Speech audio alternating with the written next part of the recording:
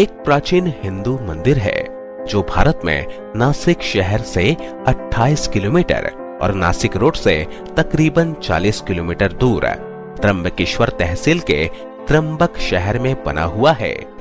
यह मंदिर भगवान शिव के उन 12 ज्योतिर्लिंगों में से एक है जिन्हें भारत में सबसे पवित्र और वास्तविक माना जाता है। त्र्यंबकेश्वर ज्योतिर्लिंग की सबसे अद्भुत और असाधारण बात तो यह है कि इसके 3 मुख यानी सर हैं। एक भगवान ब्रह्मा, एक भगवान विष्णु और एक भगवान रुद्र। इस लिंग के चारों ओर एक रत्न जड़ित मुकुट रखा गया है जिसे त्रिदेव के मुखौटे के रूप में रखा गया है। कहा जाता है कि यह मुकुट पांडवों के समय से यहीं पर है। इस मुकुट में हीरा, पन्ना और कई बेशकीमती रत्न जड़े हुए हैं। त्र्यंबकेश्वर मंदिर में इसको सिर्फ सोमवार के दिन 4 से 5 बजे तक दिखाया जाता है। यह मंदिर ब्रह्मगिरी पर्वत के तलहटी में स्थित है। गोदावरी नदी के किनारे बने त्र्यंबकेश्वर मंदिर का निर्माण काले पत्थरों से किया गया है।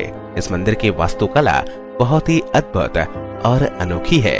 इस मंदिर के पंचकोशी में काल सर्प शांति, त्रिपिंडी विधि और नारायण नागबली आदि पूजा कराई जाती है, जिनका आयोजन भक्तगण अलग अलग मनोकामना को पूर्ण करने के लिए करवाते हैं।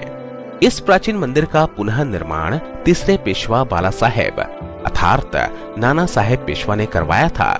इस मंदिर का जीर्णोद्धार सन 1755 में शुरू हुआ था, जिस काम का अंत बाद 1786 में संपन्न हुआ। तथ्यों के मुताबिक इस भव्य प्राचीन मंदिर का निर्माण कार्य में लगभग 16 लाख रुपए खर्च किए गए थे, जिसे उस समय काफी बड़ा रकम माना जाता था। त्र्यंबकेश्वर मंदिर का भव्य इमारत सिंधु आर्य शैली का अद्भुत नमूना है।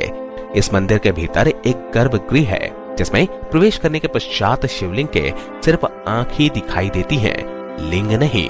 यदि ध्यान से देखा जाए तो आगे के भीतर 1 इंच के 3 लिंग दिखाई देते हैं। इन तीनों लिंगों को त्रिदेव यानी ब्रह्मा, विष्णु, महेश का अवतार माना जाता है। प्रातः काल में होने वाले पूजा के बाद इस आग पर पंचमुखी मुकुट चढ़ा दिया जाता है। त्र्यंबकेश्वर मंदिर परिसर में कुंड है, कुशावर्त, जो गोदावरी नदी का स्रोत है। कहा जाता है कि ब्रह्मगिरी पर्वत से गोदावरी बार बार लुप्त हो जाया करती थी। गोदावरी के पलायन को रोकने के लिए गौतम ऋषि ने कुशा की मदद लेकर गोदावरी को बंधन से बांध दिया था। उसके बाद से ही इस कुंड में हमेशा पानी रहता है। कुशावर्त तीर्थ के नाम से जाना जाता है।